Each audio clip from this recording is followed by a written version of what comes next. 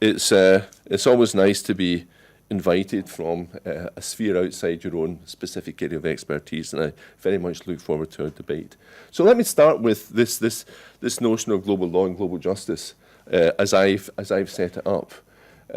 So global justice, uncontroversial, any conception of justice which treats the entire planet as the ultimate basis of assessment. Okay, I'll come back to what that might mean in due course, but I want to park that particular conception of global justice at the moment because I want to start off by saying a little bit more about global law.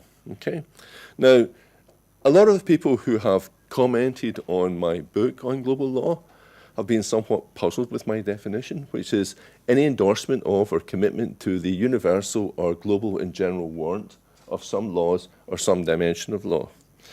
Now, what I'm trying to get at with that is a sense that global law is more than law which takes place at the planetary level, okay? Global law is more than law which is sourced through the UN or through general international law treaties, etc., etc. That, of course, is part of global law. It's a significant part of global law.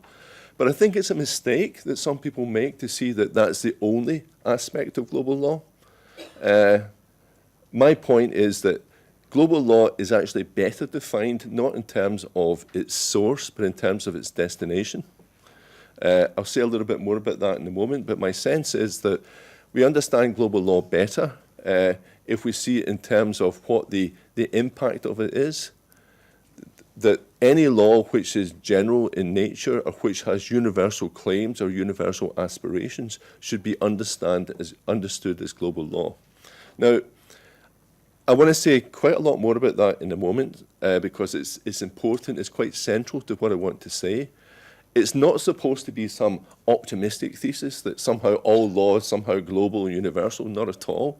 It's just that saying that we underestimate the globality or the universality of law by simply looking at things which come from global level institutions. I'll come back to that point in a moment. Because I want to start off by saying something more about the gap between global law and global justice. Okay? Now, in some ways, the nature of this gap is self-evident. Okay, there is an objective gap, both conceptually distinct and empirically unrealized. Conceptually, global law is an appraisive and evaluative. Conceptually, global law is a descriptive and interpretive concept, whereas global justice is a normative and appraisive concept. Global law is something which is. Global justice is something which might be. So there's a fact-value gap, but there's also a practice-aspiration gap associated with that. Global law is empirical.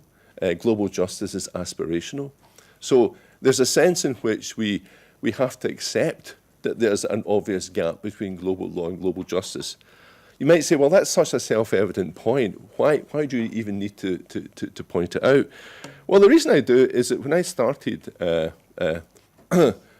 looking at the concept of global law and deciding I wanted to write a book on global law, I was immediately struck by the fact that many people who talked within the rhetoric, within the discourse of global law, rarely talked about global justice at all.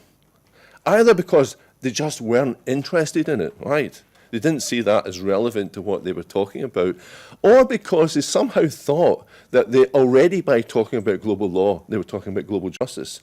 So two sorts of mistakes were being made. One was a kind of ignorance mistake. That's someone else's debate. The other was a sort of false conflation.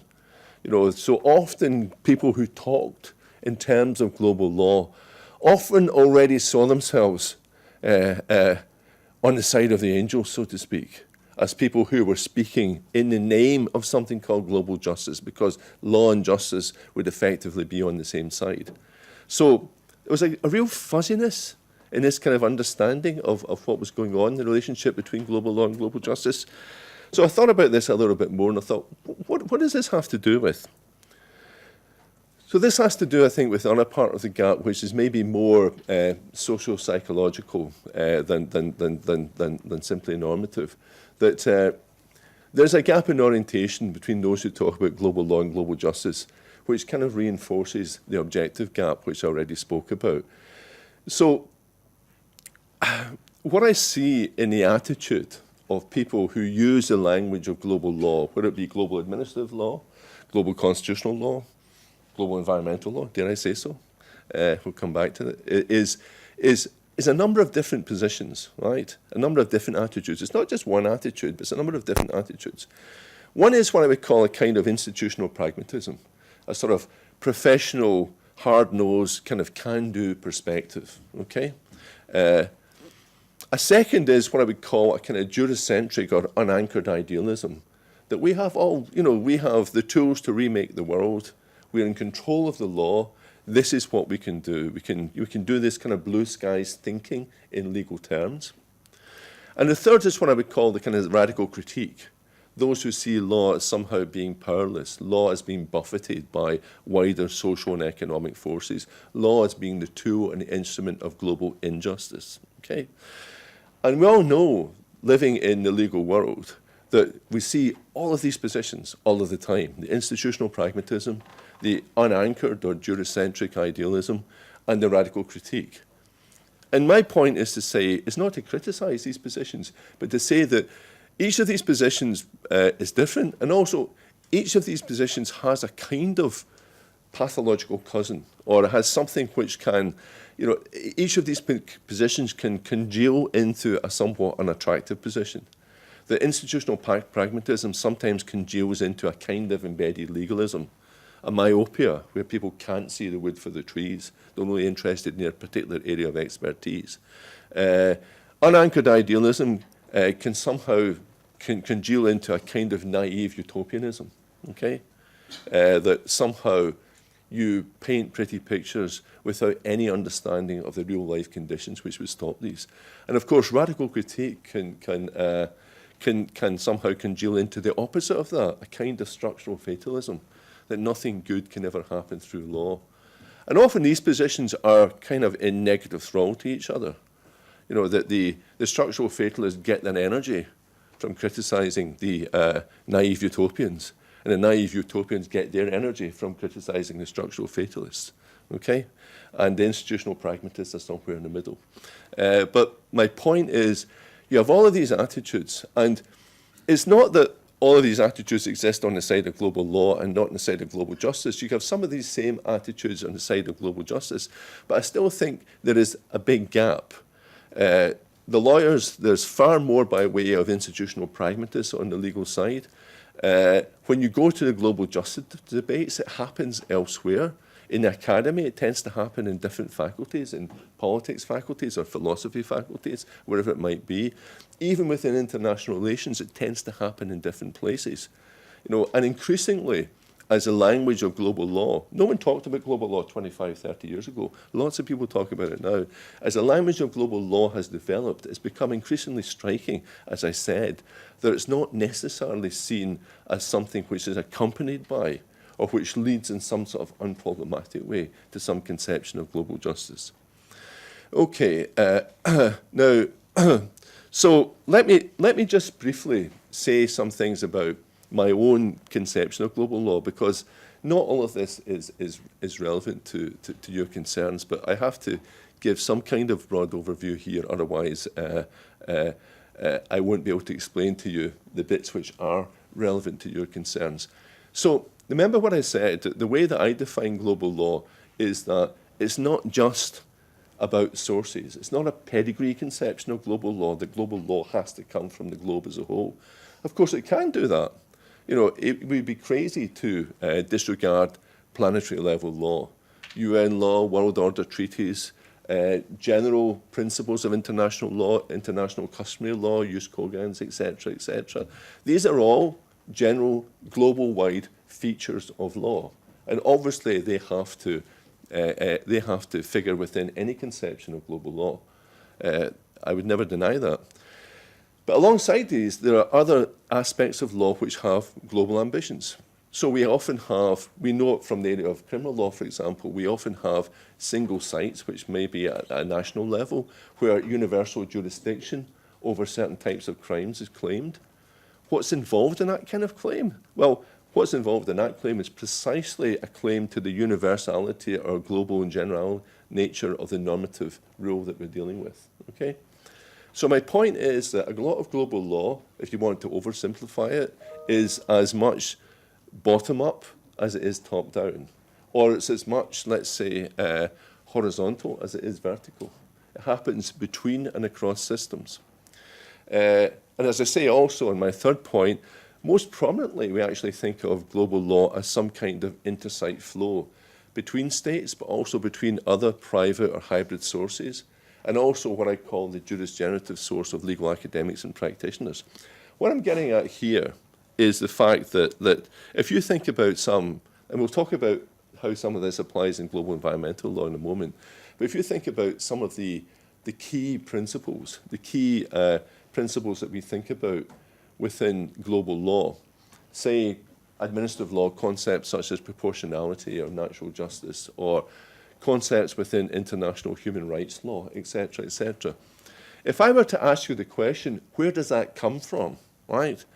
It wouldn't actually strike you as a particularly good question to ask. You say, well, actually, this is something which you find within a lot of different jurisdictions. It's something which, the search for the source won't necessarily tell you what you want to know about the significance of this particular doctrine. Because what we do know, and what scholars of global administrative law know, or what scholars of global constitutional law know, or dare I say it, global environmental law, is that these concepts often work in a circular way across and between various jurisdictions. Each corroborates and builds upon the other, okay? And why that's the case? It's the case because there is something within the deep structure of law, within the deep DNA of law, which is always looking for the generality of its own application. Law always stimulates forms of legal argumentation which move towards, which suggest universality, etc., etc. And that's true of global law as much as it is of any other law. So when people make claims about human rights, for example, they very rarely make these claims in particularistic ways. Often people make particularistic claims against the generality of human rights, but when people are arguing for human rights, then they're usually arguing for something which applies not just here and now, but in all sorts of different contexts. So there's something which is built into the DNA of a very conception of law, which pushes towards that.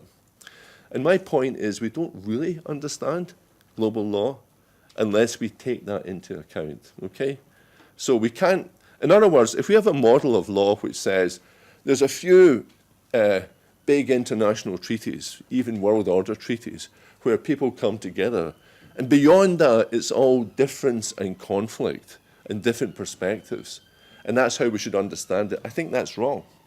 I think there's a lot of conflict in the world, there's a lot of conflict between legal perspectives, but often our bottom-up conceptions of law are moving towards consensus as much as our top-down conceptions of law are. And that's a general point that I want to try to make. Okay. Where does global law go to? This is really just making the point I've already made. It covers all affected, not just states, whatever affected. The claim is either universal, without personal jurisdictional limit, and so implicitly global, or increasingly is consciously planetary in coverage and so explicitly global in general, right? Now, this is something which really fascinated me when I was writing the book, because if you start looking at universal claims to law, then in the history of law, it's full of universal claims. As I say, to some extent, it's built into the DNA of law. You can't look at Roman law without looking at its kind of incipient claims to universality. Of course, the way in which Roman law was received throughout the world to some extent vindicates that claim. But early conceptions of the universality of law tended to be actually surprisingly indifferent to the extent to which this universality would actually be taken up by other parties, either because they were imperial claims or they were claims which were made by localities in ignorance of what was happening in the rest of the world, etc. And what's happened today is that the universality of the sorts of claims that are being made are often being made, they're much more what I would call global in general claims, right? They're claims which are made with some empirical knowledge of what's happening in the rest of the world, right? So they're claims which are made under the shadow of a globalization where we actually experience ourselves as living in a single planet in a way which was inconceivable in past generations. So when I say global in general, it's that sense of there may be a global community of some sorts, and obviously a global community which is interconnected in all sorts of reasons, in ways which are relevant to environmental law, of course, but also to other areas of law. So there's something far more palpably, empirically global about the sorts of claims that are made today when people are talking about global law. So universal law has always been there, but this sense of law which is globally in general, which actually is planetary in that sense, is something which is newer. Okay, so here's what is probably, here's one definition of global environmental law, okay? Sorry, the writing is so small here, so I have to come round to have a look at it. But this comes from, it's one of a number of definitions. It comes from Yang and Percival. Global environmental law is a set of legal principles developed by national, international, and transnational environmental regulatory systems to protect the environment and manage natural resources. As a body of law, it's made up of a distinct set of substantive principles and procedural methods that are specifically important or unique to governance of the environment across the world. It includes public international law, environmental law, which is treaties and customary international legal principles. It also includes national environmental law, and also transnational law, which describes a set of legal principles used to regulate the cross-border relationships between private individuals and organizations. Now, I confess, when I wrote my book on global law, I hadn't read this definition of global environmental law, but I'm not surprised by it, and in some ways I'm relieved by it, because to some extent it builds upon my own conception, right? That what these people are saying, I think what most people who talk about global environmental law understand, either explicitly or implicitly, is that it's not about pedigree, it's not about the sources. No one would deny, and I've looked at some of the stats on this, that if you want to look at global level treaties, there has been an exponential increase in treaty law, in planetary level law, in terms of environmental law. Something like a double increase between 1980 and the early 2000s, and further increase since then. No one would deny that. But equally, I think no one would deny that you can talk intelligently about global environmental law without talking about other stuff, other general principles which maybe operate in a more horizontal, in a more circular way, and not just in terms of vertically top-down relations. In fact, I would say that in terms of global environmental law, when we think about general principles of environmental law, when we think about the precautionary principle, the no-harm principle, the prevention principle, these are all principles which are developed in the concept of global environmental law to say that they're all fundamentally preventative ideas. And then, of course, there's a whole bunch of other principles which we find within global environmental law, which are about the blend between global environmental law and other areas. The polluter pays principle, the principle of intergenerational equality, the principle of common but differentiated responsibility. These are all principles which take seriously global environmental principles, but also try to balance them against others. And equally, we have a whole bunch of concepts which are general to environmental law, such as sustainable development, such as the common concern of mankind, etc., common heritage of mankind. These sorts of concepts, which again are fundamentally central. We also have procedural principles, which we see as being general across international law, whether it be principles such as prior informed consent, or the generality of environmental impact assessments, etc. These are all, it seems to be, normative notions which are all in the world, in the debate about global environmental law, and whose significance can't just be understood as them being somehow things which are backed up by the pedigree of international treaties.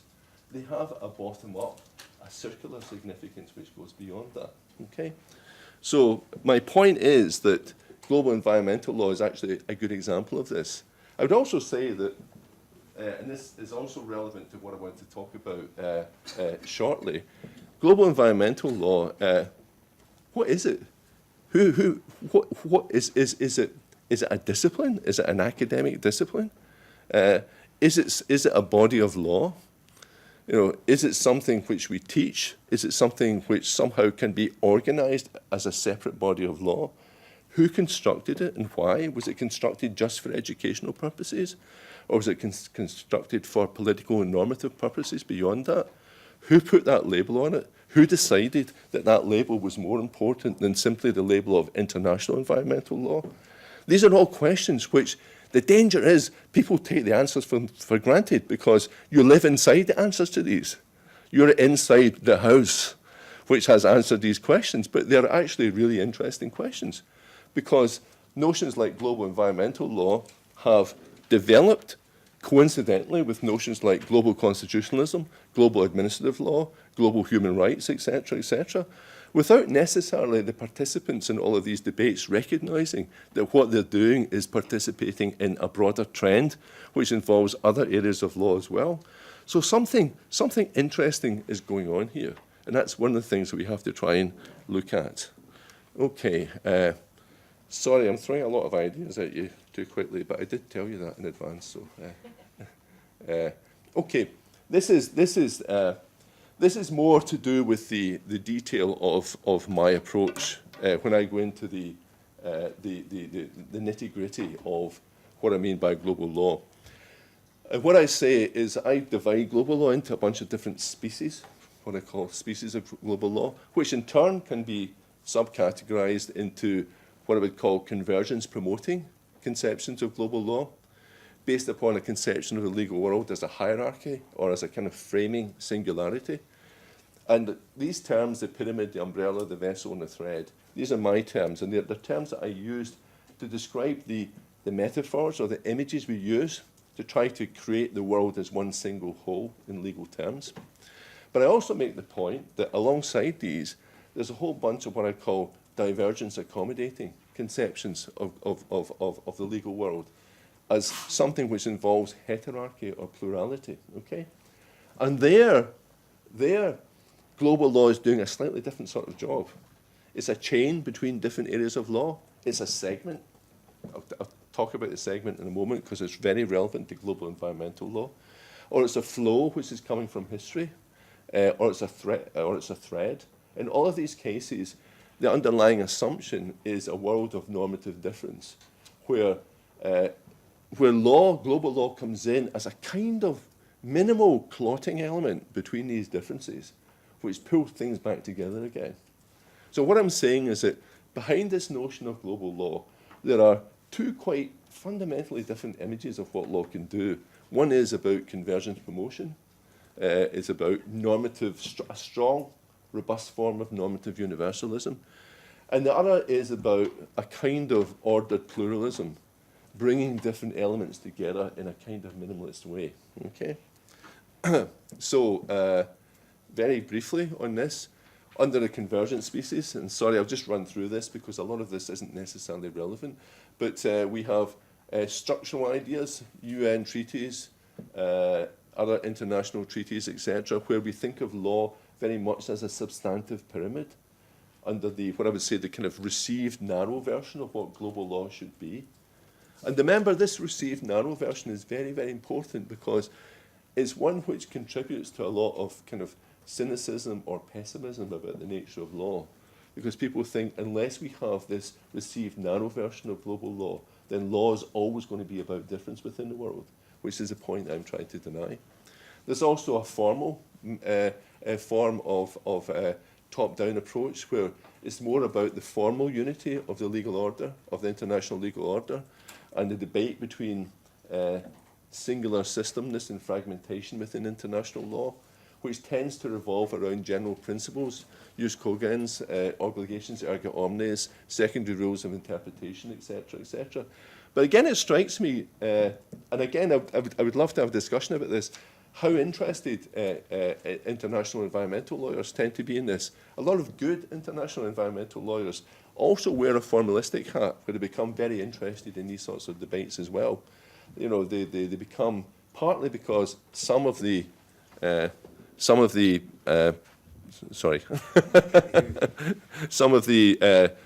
general principles are is that better? Yes. Some of the general principles are in areas which are relevant to international environmental law. There's also what I would call the abstract normative approach, where we're talking about underlying general principles of human rights, of cosmopolitan law, procedural justice, etc., etc. There's also some stuff on the history of global constitutional law. As I say, I won't go into this at the moment. I'm just passing through these. There's also what I call the divergent species, the laterally coordinate ones, the new legal pluralism, constitutional pluralism, where people talk about how different constitutional courts find some minimal level of engagement with each other. Also fundamentally important for us in global environmental law, there are functionally specific regimes dealing with global public goods, crime, climate change, nuclear proliferation, etc., etc. In these areas, I would say most people, if they were trying to put global environmental law, would see global environmental law as very, very much operating within this sort of area. And this is where I use the metaphor of a segment.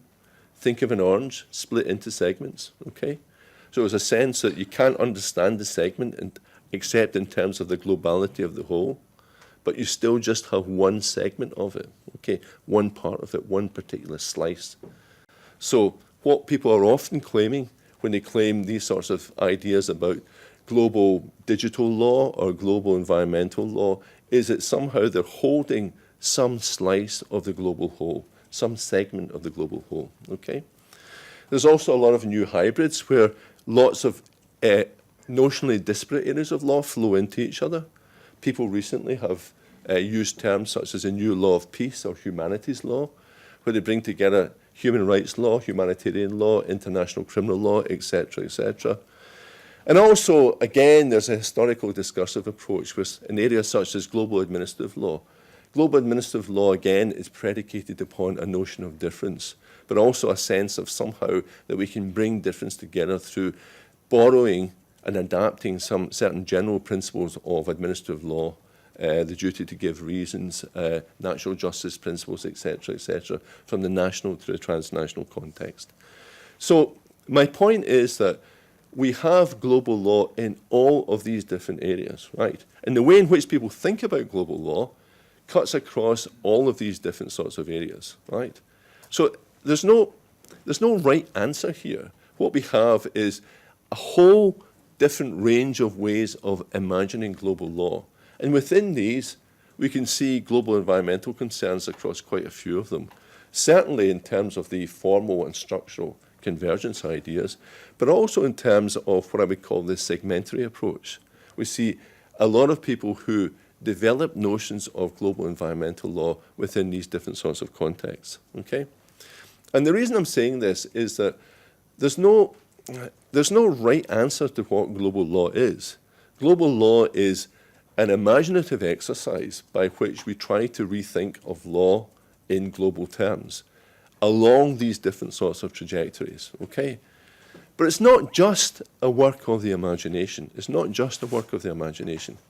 Because I think in all of these areas, you know, people become involved in these things for a reason, okay? So the way in which we make these maps is not normatively innocent. We make these maps because we actually want to frame the world in a particular way. And we want to frame the world in a particular way because we want to make the world ready for intervention in a particular way. And so, you know, clearly people develop notions of global environmental law precisely because they want to say, okay, here's a globe and here's all the normative concerns that we have around the globe, but here's one intense integrated segment of notions, of ideas, of concepts around the notion of the global environment. And unless you take that frame seriously, then you lose something of major normative significance in understanding the world. You might say the same about peace, you might say the same about nuclear proliferation, you might say the same about pandemic diseases, you might say the same about terrorism. So other people develop their normative frames where they try to talk about the interconnectedness of all the problems and possible solutions within these areas, okay? So other people do that as well. But people within environmental law are doing the same. And they're trying to argue. They're not just making these arguments so they can run university courses or make money or whatever it is, although they also do it for these reasons, but they're doing it in order to say, here is a normatively coherent set of ideas. Here's a way of framing the world. Here's a way of saying that we can think about the world in legal terms within this particular perspective. And so I think it's very important that we bear that in mind. And one point I would make about this, a further point I would make about this, is that you might say that this has always been true. It's always been the case that people would argue for new ways of framing the world in legal terms. The glossators of Roman law were doing that. You know, their ideas weren't innocent either. They were saying Rome is at the center of the world, its legal concepts are at the center of the world, and we can't take law seriously unless we try to universalize Roman law. Okay? So these people weren't just scribes sitting in offices. They were people who actually had an idea of the world and how law should intervene in the world. Okay? It's always been the case.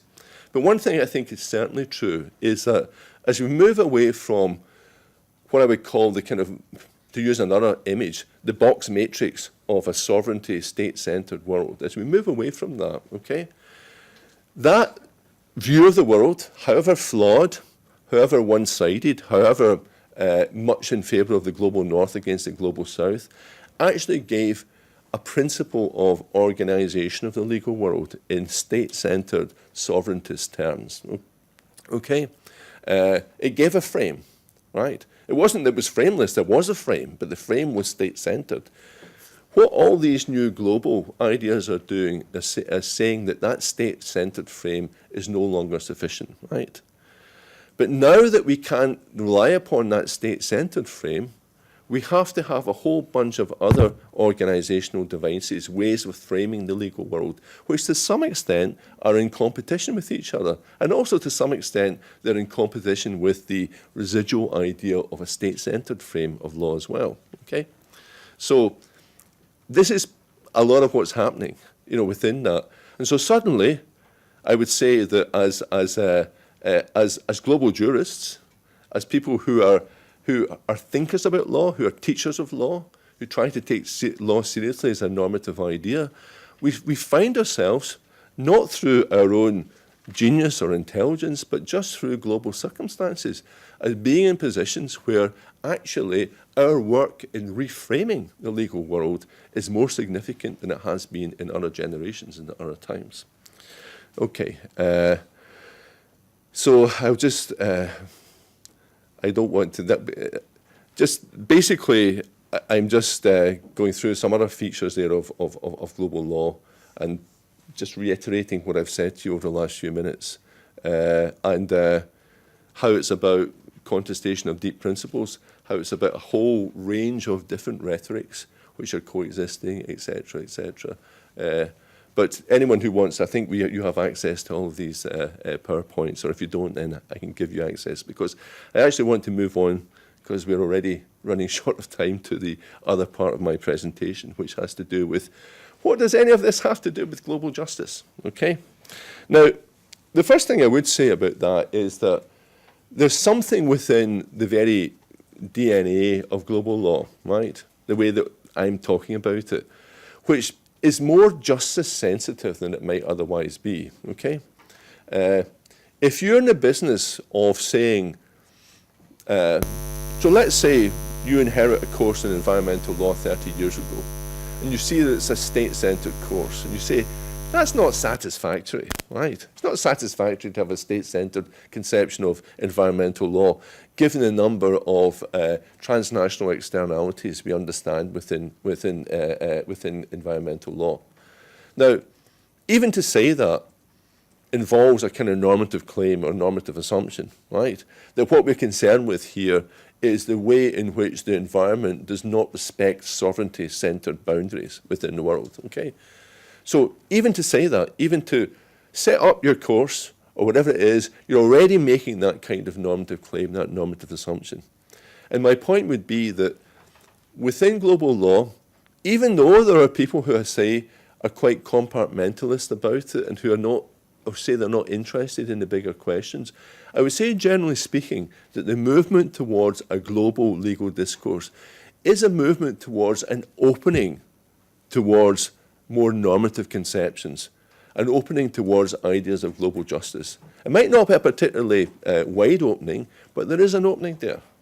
You know, as we move towards these sorts of ideas, you can't be interested in global administrative law or global environmental law or global constitutional law unless you have some conception of what the globe is and how it connects, okay? So this brings us to the global justice side of the debate. And I would say that as lawyers, but also as political theorists or political sociologists, when we talk about global justice, we have to be interested in, we have to dissect this into its different elements, okay? And again, I'm doing this using the variety of assumptions that people make about global justice.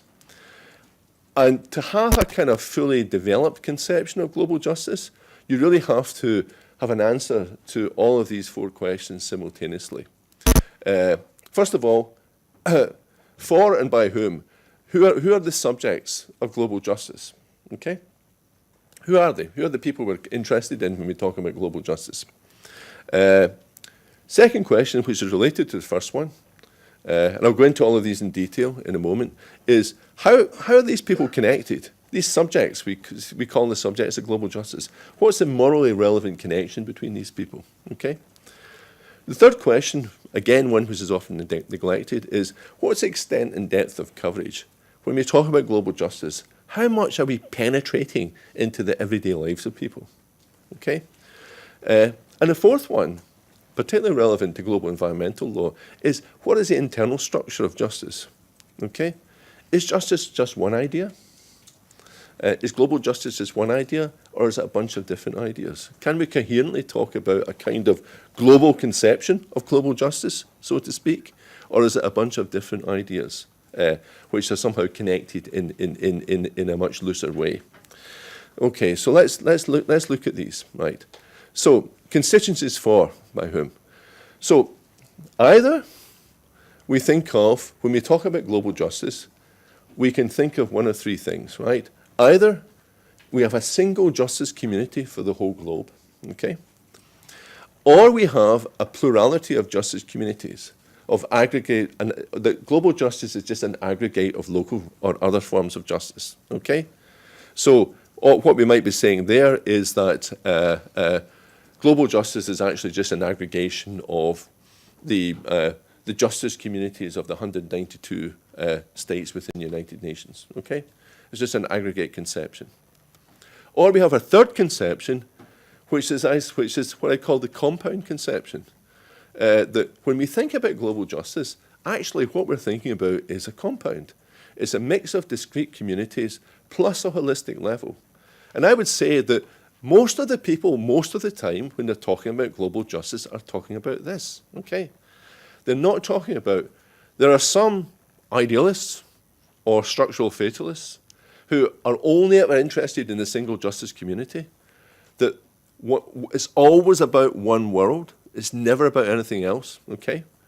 That we don't have no special responsibilities or special duties to people within our local communities, it's always about the world. And then there's other people, and we know some of them because some of them are very prominent politicians, who are only interested in the plurality of justice communities, right? Who say, America first, okay? Or whatever else first. Other people don't say another thing, but they mean it. They have no sense, they have no understanding as of the world as anything which is owed anything for them beyond what they owe to their particular justice community. And then there's a bunch of other people in the unsettled middle, right, who actually find some conception in between these. some compound of justice communities where there's an understanding that, we can't, of course we have special responsibilities to our co-nationals, or maybe even our co-regionals, but we also have responsibilities to the world at the same time. We have a broader range of responsibilities. It might be, minimum levels of humanitarian assistance. It might be something more significant than that, et cetera, et cetera. But we understand it in these broader terms. And I think actually we get a long way just by accepting that most people see global justice as a sort of compound notion. Okay, but we can't really answer that question properly until we ask the other question about what is the morally relevant connection between the subjects of global justice. If we're saying, for example, that we have a compound notion of global justice, how does that work? How do we work out the connection between people? Well, one way of doing it, which is very, very relevant to global environmental law, is in terms of concurrent interests, right? Where we simply say that, that even if we take a very, very selfish conception of our interests, then our interests are so interconnected, they're so interdependent that, enlightened self-interest means that we have to show some kind of concern for others, right?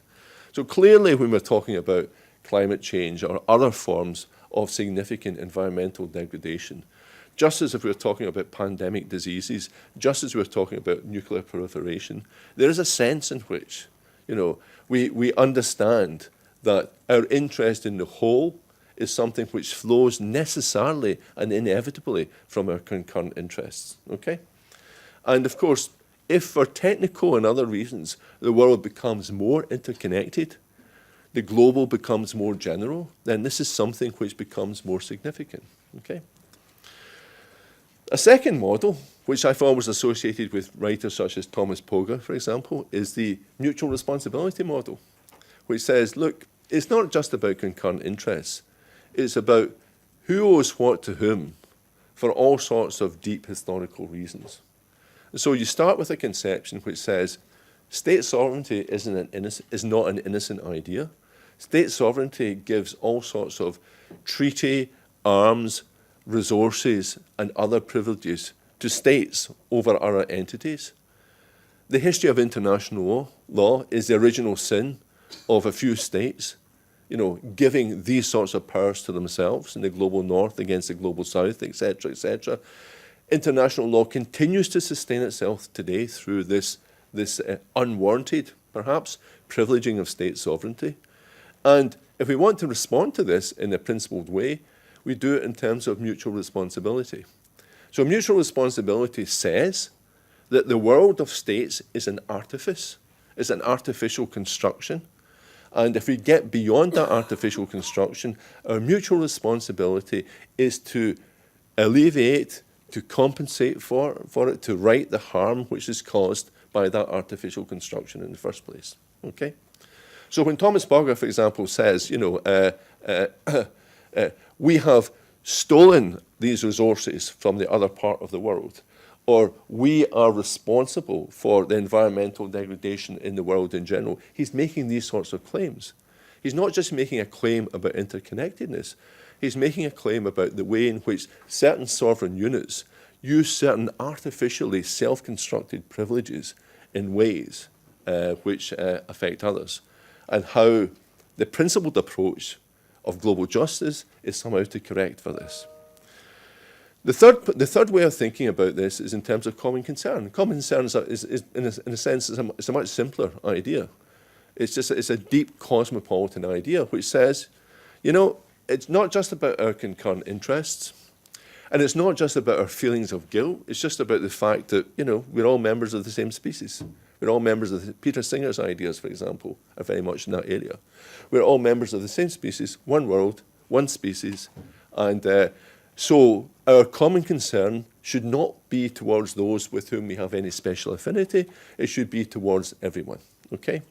Now, the point I would make is that if we want to talk about this positively, then we can see that in many areas of environmental law, for example, environmental law pushes in the direction of all of these things, certainly in terms of concurrent interests, But also environmental law gives us many very palpable examples of why we might need an ethic of mutual responsibility. But environmental law, through the way in which it focuses upon certain things that we have in common, even material things we have in common, whether it be the seabed, whether it be the atmosphere, etc., actually helps somehow reinforce this notion of common concern. Now, my point would be that the stronger you tick these boxes, concurrent interest, mutual responsibility, common concern, the more likely you are to have either a one-world conception of global justice, or at least a compound conception which moves very, very strongly towards taking the level of the globe as a whole seriously. Okay? Now, I'm running out of time, so just give me a couple of minutes and I'll stop. So we also have extent and scope. For some people, it's a very limited conception of global justice. Global justice isn't about everything. Global justice is not, for example, gender justice. It's not necessarily justice about employment, employer-employee relations, etc., etc. So some people draw a line around what justice might be and put everything else in the private sphere. Other people don't. They say, no. Justice is fairness in all of our relations. It's not just distributive justice, it's commutative justice as well. It's justice at the micro level as well as justice at the macro level. And again, we can have very different conceptions of that. And finally, we have the internal structure of justice. And this again is fundamental. Some people see justice as aggregative. There's environmental justice, there's economic justice, there's health justice, there's justice in the areas of crime, etc., etc. And these are all separate pillars, or to revert to my previous metaphor, they're separate segments, okay? Now, there's other people who say, no, it's all an integrative whole.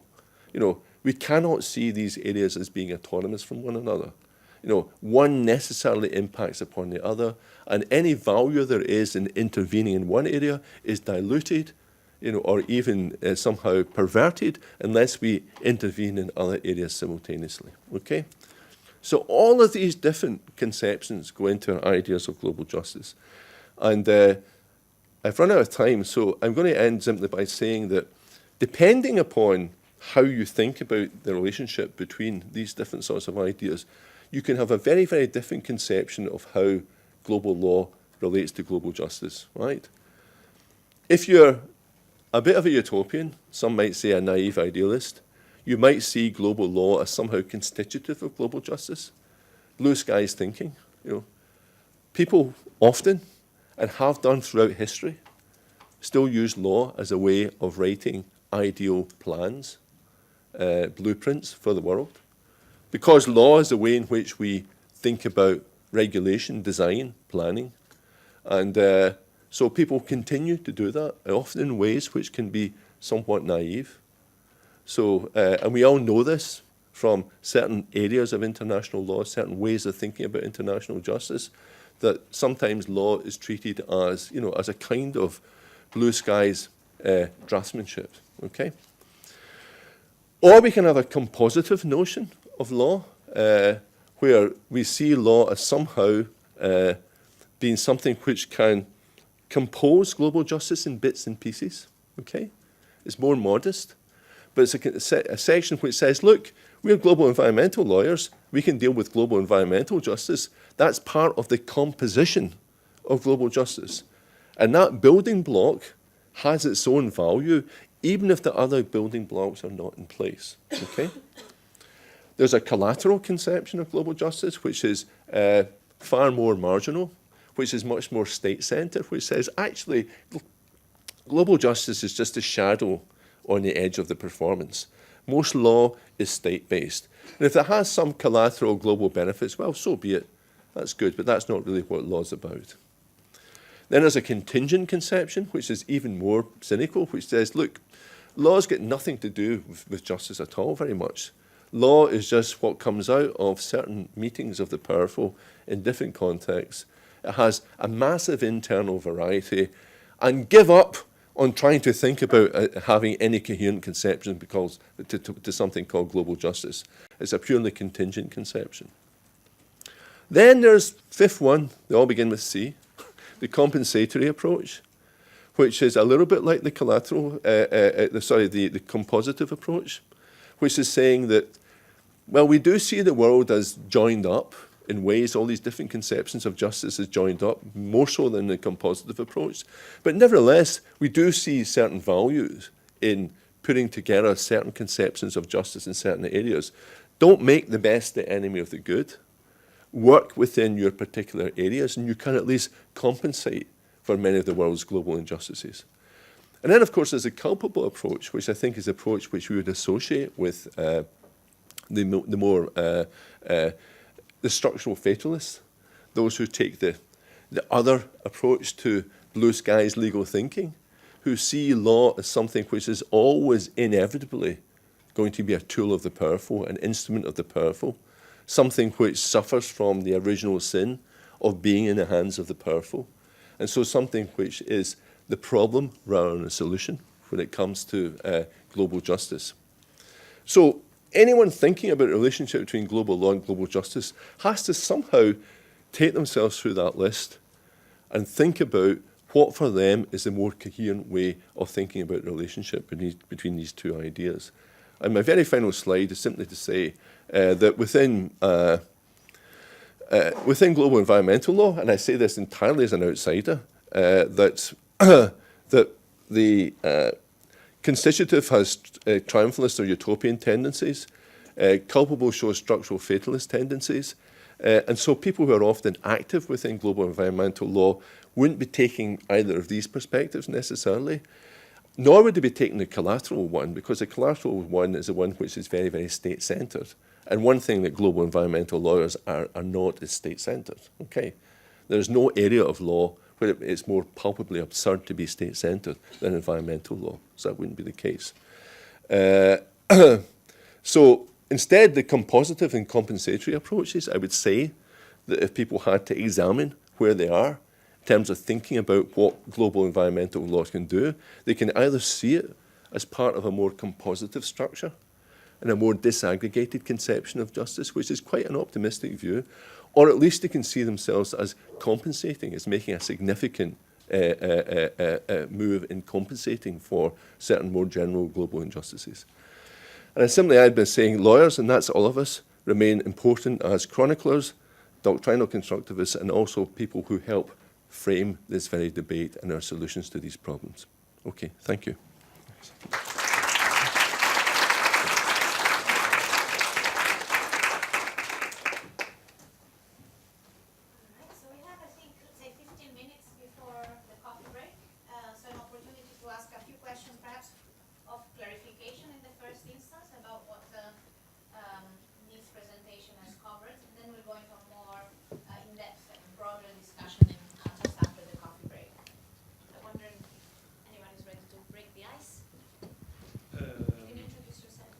Yes. I'm Dr. Sergio Messina. I'm past visiting researcher here in Strathclyde University. I'm a scholar in legal theory and philosophy of law, but my research doctoral thesis was in the concept of environmental democracy in the context of local people in relation to also to the global environmental law. So thank you for your very clear relation. Really clear discuss. I just one question about if you consider that global environmental law is it risks to be a kind of idea like the environmental justice concept, because you speak about the moral connection of environmental justice and environmental law, but it's, I think, also a political connection of between the global environmental law and environmental justice. Who is the subjects that have to composite or compensate the different approaches of global environmental law? Because the global environmental law is made by subjects. So who should be the subjects that made this new global environmental law approach that integrate the different perspective, because the risk is the mere consultation of, for example, local people is not a real, often a real involvement, is a kind of governance like mere consultation on real participative democracy, for example. No? So what is the role of the polis? Not the role of the politics and policy, but the new policy of the global environmental law. Thanks.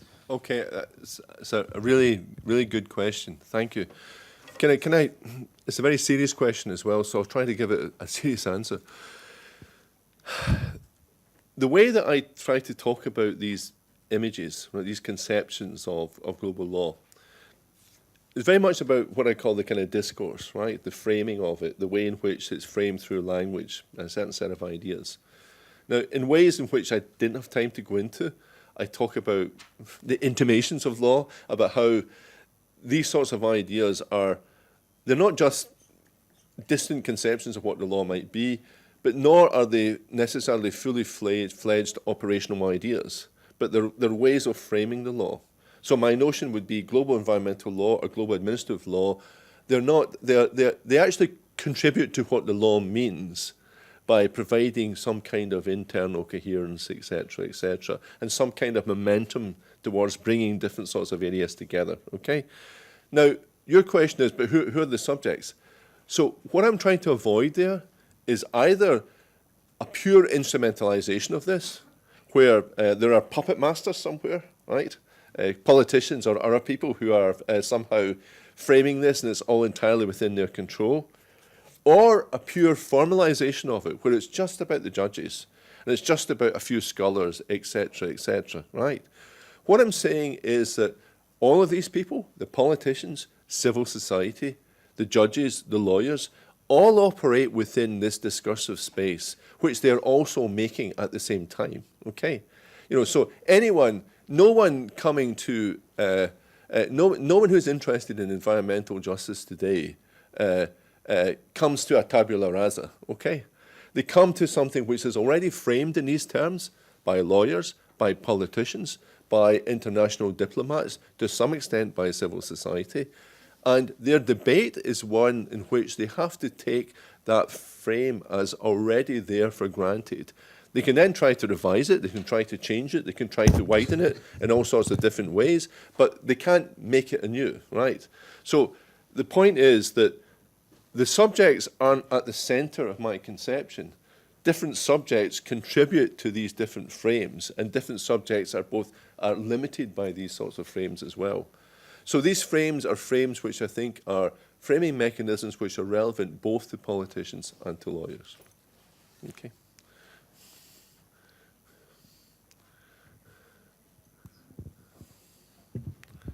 I'm Yulia Yamineva. I'm senior researcher at the University of Eastern Finland.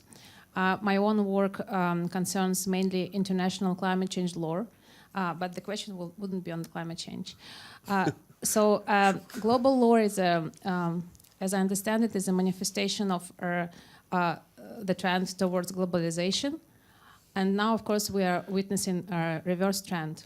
And of course, now we're in UK, so Brexit is one example, but we have examples in other countries as well.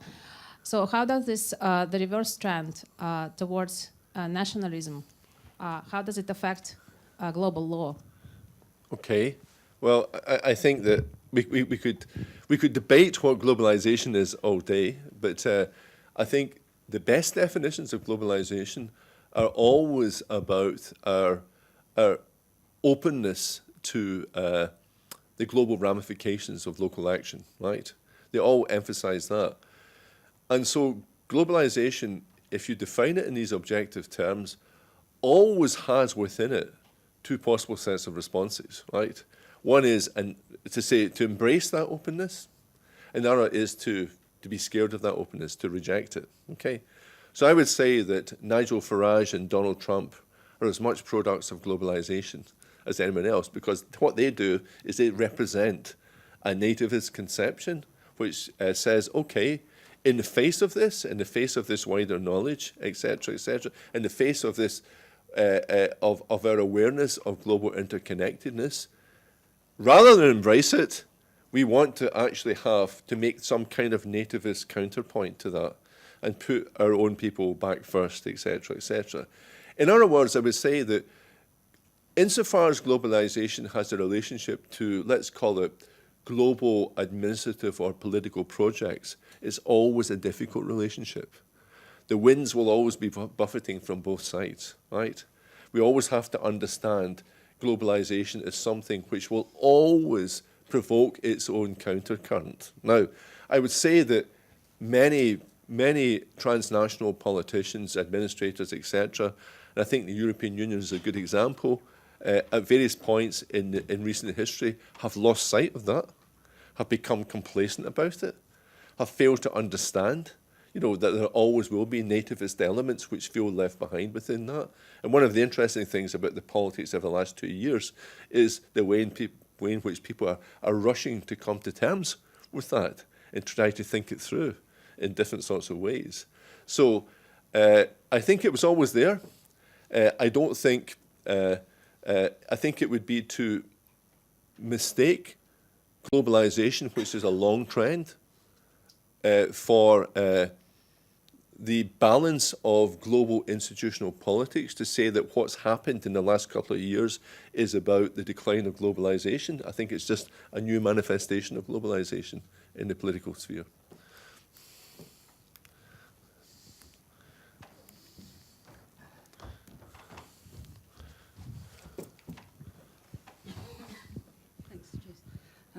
I'm Fia Lezhnevska from SOAS, which is no longer apparently the School of Oriental African Studies.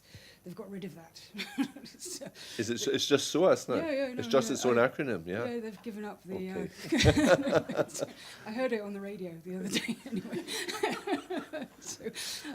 So University of London. I work on climate change and stuff.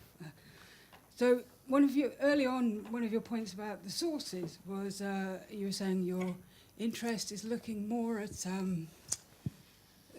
not the conflicts, but where there's convergence, and I was just wondering that in some ways there's an intentionality there, like you're looking for where things sort of come together and build and integration and stuff, but there's something about quality as well. Now, so if there is a fracture in the conflict that's so sizable, so significant that it completely undermines the quality of the convergences, and that the convergences themselves are sort of normatively sort of colonialist, neo-colonialist, imperialist, totalizing, is that not something that we need to have really at the forefront of our critiquing of our own intentions in talking about global law in any segment of it? Yeah, okay. Sure. I mean, when I went into more detail, I did say global law can be split into two. There's the convergence promoting and the divergence accommodating, right? So the point of saying that was to say, look, we all know, we're all aware of a certain type of kind of gung-ho, positive, uber-universalist ideas associated with global human rights, this, that, whatever, and notions which we have to be morally careful about, okay? I'll put it no stronger than that. There are massive debates about all these sorts of ideas, and many people would say, even though a lot of these notions have colonialist origins, etc., they remain the only debate in town, and so the way in which, to make the world a better place, improve it, etc., is to reshape these debates rather than necessarily say these debates cannot be somehow rehabilitated. So that's one way of thinking about it. The other way of thinking about it is to say, well, take the divergence accommodating aspect of it more seriously. Take seriously the fact that what you get within global administrative law, what you get within some areas of global environmental law, with principles of participation, etc., is something which starts from a much more modest normative premise, right? It's still global, however. It's still global because it's global in that it's saying, in a kind of maybe a neo-Habermasian sense or whatever, it's saying that, okay, these sorts of procedural precepts, or these precepts which say, listen to the other party, you know, or always have the highest level of accountability, are good in any area, and they should be built into lots of our different areas of law. You know, so I guess it's a difference between, it's a bit like the debate on juridification, right? No, people say juridification, turning everything into law, turning politics into law is a bad thing, okay? I think turning politics into law, if it means that actually you're destroying the notion for political representation, is a bad thing. Or if you're saying that all the big questions in law have been resolved in a particular way is a bad thing.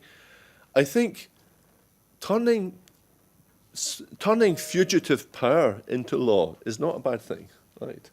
Turning fugitive forms of power, like in global administrative law, it's saying, okay, we have all these different sorts of areas where the World Bank or these areas of deforestation or whatever, you know, where there's all sorts of practices going on. Things are just happening all the time, you know, and at the moment, there's no legal principles. There's no traction. There's no legal traction within these areas at all.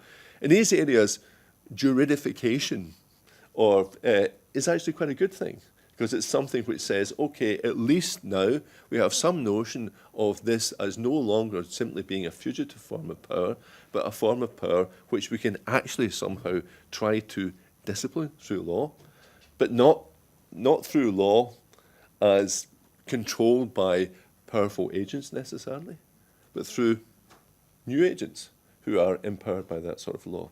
So my sense is that global law can incorporate both of these things, right? It can incorporate both of these things. And I'm not saying that's a big world for it to incorporate. I get that.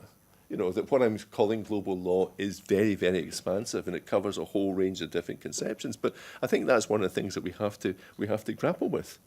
It's not something which is universally good, but it's not something which is universally bad either. It has the good bits and the bad bits of law implicated within it.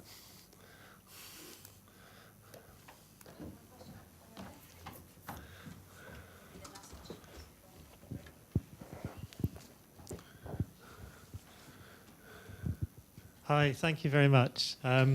It's Adrian Martin from University of East Anglia, and I also come from another planet, and I'm sort of looking from another perspective, I suppose. But a different planet from me again, yeah. Yeah, mate, I was going to say Venus, but that probably doesn't quite work if you're Mars. But and Mars doesn't work for me either. But I'm probably sort of under the Earth looking up. I don't know.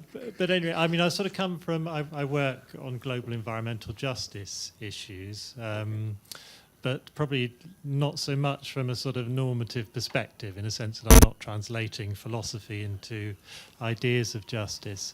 And that was sort of the source of my question, I suppose, is if we look at environmental justice without the global and where it comes from, it's not so much a sort of a normative discipline as such as, you know, many people would say it's an environmental movement or it's a social movement. So it's not an academic discipline as such, or a research body. It is a movement. So there's an interesting, and that comes obviously from the 1980s, United States, and activism against pollution and so forth. Then the question which emerges from that, I suppose, is if we take it up to the global level, is it still a movement? And if it is a movement, is it a holistic movement which brings together, you know, movements for climate justice, movements for food justice, and so on, or is it a bunch of different movements and so on? But, you know, depending on our sort of answer to that, but let's assume we do still think of environmental justice as a movement. I'm just wondering whether that would then sort of reshape somewhat the relationship with environmental law, as you've put it, and some of these sort of different ways in which the two relate to each other, the constitutive, the compositive, and so forth. Absolutely. That's my one-word answer. Yeah, I mean, it's a good point because I mean, part of this is so a lot of these frames are all malleable, right? There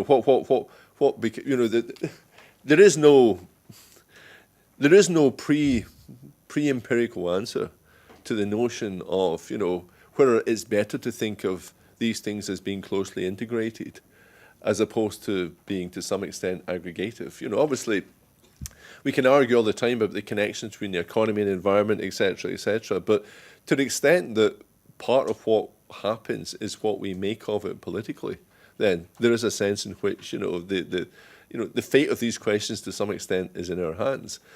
I think I would say though that I mean, we need to talk. I guess we will talk about environmental justice, and I don't know very much about it. I know something about some of the more. One of the things that interests me is that some of these movements, like sort of the Earth jurisprudence movement, that sort of thing, where again is some of these ideas which are self-consciously holistic and global, often use a legal language. I think that's interesting. It's and maybe the ones which are not so self-consciously holistic and global will tend not to use a legal language. So there's something there, I think, which is interesting. I mean, presumably the answer to the environmental justice politics is always going to be a kind of compound answer, isn't it? It's always going to be a sense in which, which these different areas see themselves as somehow not wanting to lose a sense of their particularity, but also, except at certain extreme margins, seeing at least some benefit in the connections and the linkages to other groups, etc., albeit that there's always the danger there of becoming compromised, of being part of, a more orthodox structure of NGO representation, etc. But I'd have thought that, please correct me if I'm wrong, that a defining feature of environmental justice movements would be a constant tension between the local and the universal. Yeah. Okay. All right.